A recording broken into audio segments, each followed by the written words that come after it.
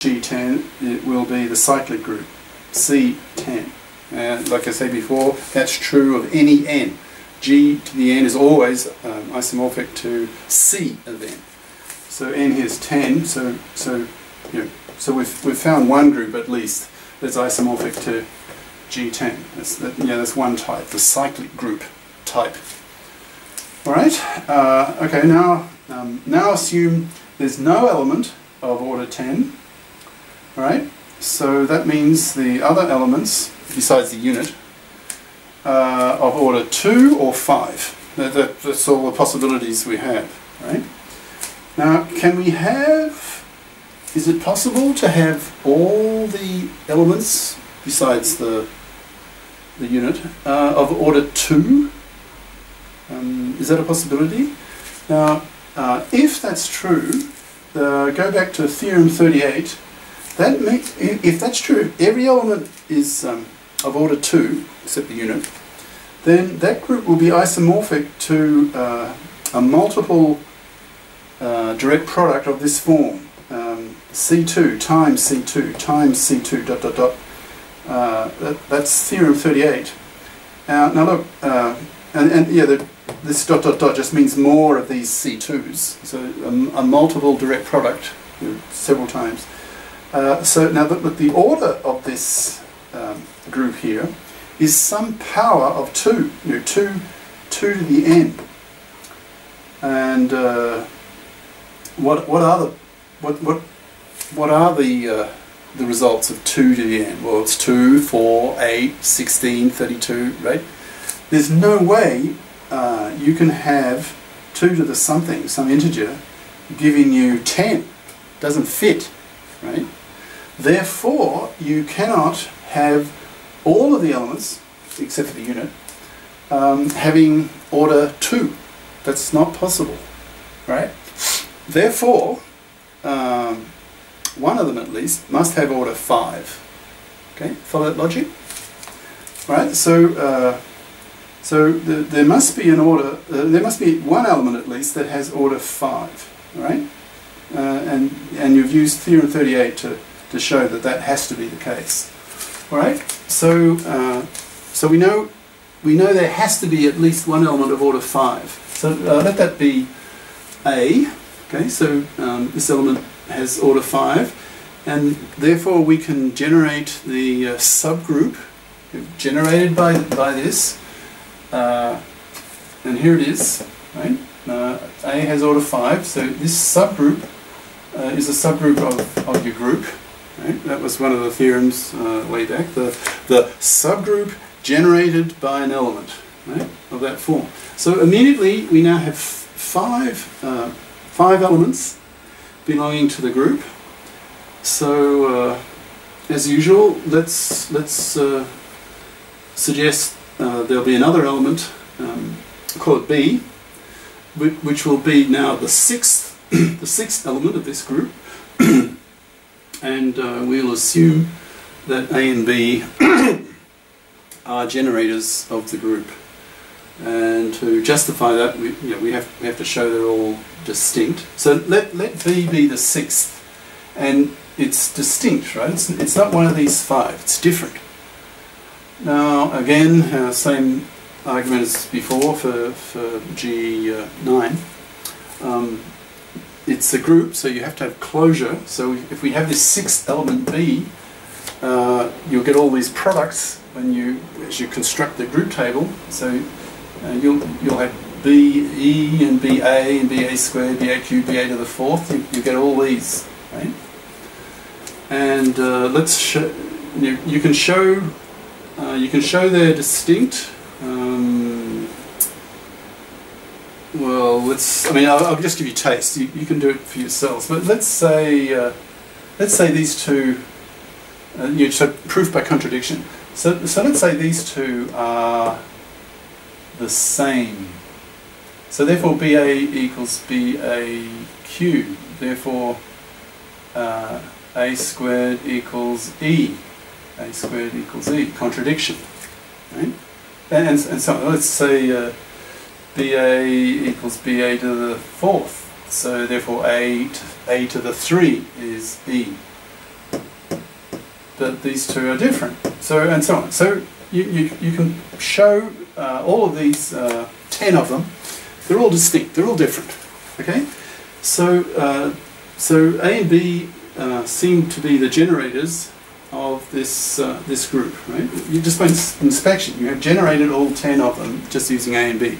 So A and B is your generator set, right? So they're all different. Okay, let's now start trying to fill in the group table. So let's start with B squared. Now B squared cannot be any of these.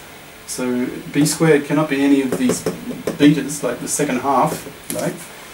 Why is that? Well, again by contradictions. So if B squared is equal to B, then B equals E. But these are all different, so there's a contradiction. So if B squared is BA, that means A is B. A is B. But that can't be because they're all different. If B squared equals BA squared, therefore B is A. Again, contradiction because they're different, and so on. Right? So B squared cannot be any of these. 1, 2, 3, 4, 5.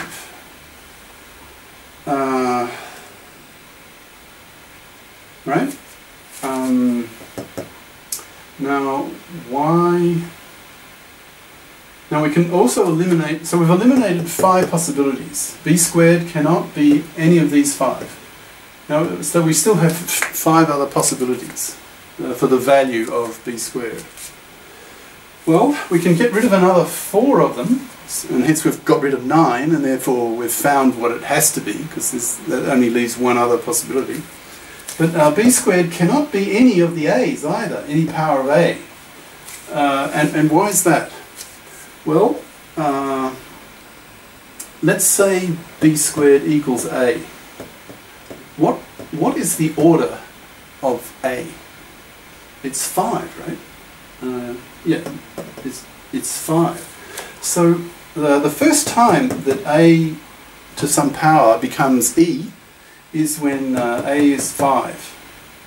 So the first time B, or B squared, goes to E is when it's 10. B squared is 10.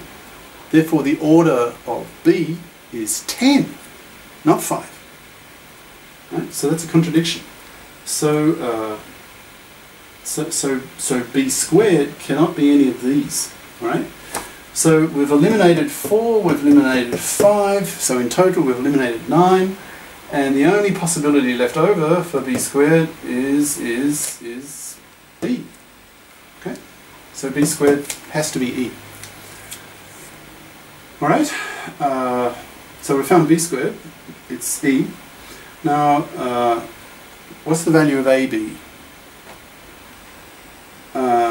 Now, similar analysis to the other 4 times, G4, G6, G8, G9. Okay, now we're doing G10. AB cannot be any of these. Well,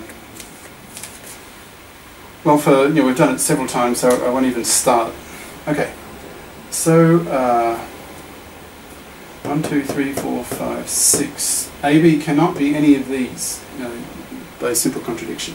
So we've eliminated 6 possibilities, so that leaves 4 left over, because we're talking G10 now, so we have 10.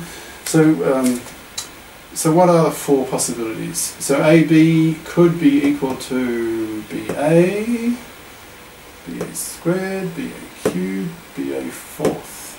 It can't be any of those, right? So it's one of these BA power ones, one of these 4, right? So we have 4 possibilities. Well, as usual, let's go through case by case. We've got 4 possibilities, and see what we can eliminate. And all right. So the first case, that AB is equal to this one, BA. So case 1, AB is BA. That means the group's abelian, right? Because it commutes, AB is BA. So the group's abelian. Now, once you have that identity, you can construct the group table completely, right? If you've got the group table, you know the group, and if you then inspect this group table with AB equals BA, you will notice that this G10 is isomorphic to this. Easily said, right? Yeah, this is presuming you have a knowledge of this kind of thing. So it's sort of thrown at you to some extent, right? But yeah, that's actually true. So G10 is isomorphic to this. Now, what's the order of this group, this direct product group? Well, it's 2 by 5. That's 10, so it fits. Right? So you now have a second possible non-isomorphic type for that group, right? C2 times C5. Okay, case 2. So AB is the second possibility. This one, BA squared. Now, we will get a contradiction. We'll prove that that's not possible. So proof by contradiction. So assume it is true, right? And we'll get a contradiction, and therefore it's false. Okay, so if AB equals BA squared, let's try to find, same strategy, let's try to find the order of AB. Now, we're talking G10, so the order of this term, AB, is either 2 or 5. Right? It has to be, that's from the corollary. So let's actually calculate the order. Let's actually calculate AB squared and AB to the 5th. And if both of them are not E, something's wrong. Right? That means the order of AB is not 2 and not 5. And therefore, that doesn't work, because AB must have the order 2 or 5 from the corollary. Alright, so let's assume AB equals BA squared and we'll derive a contradiction. Alright, so AB squared is just AB, right? But AB is BA squared, so plug this in here. So you get A squared BA squared. Now B squared is E, we derive that here. Okay, so that leaves you with A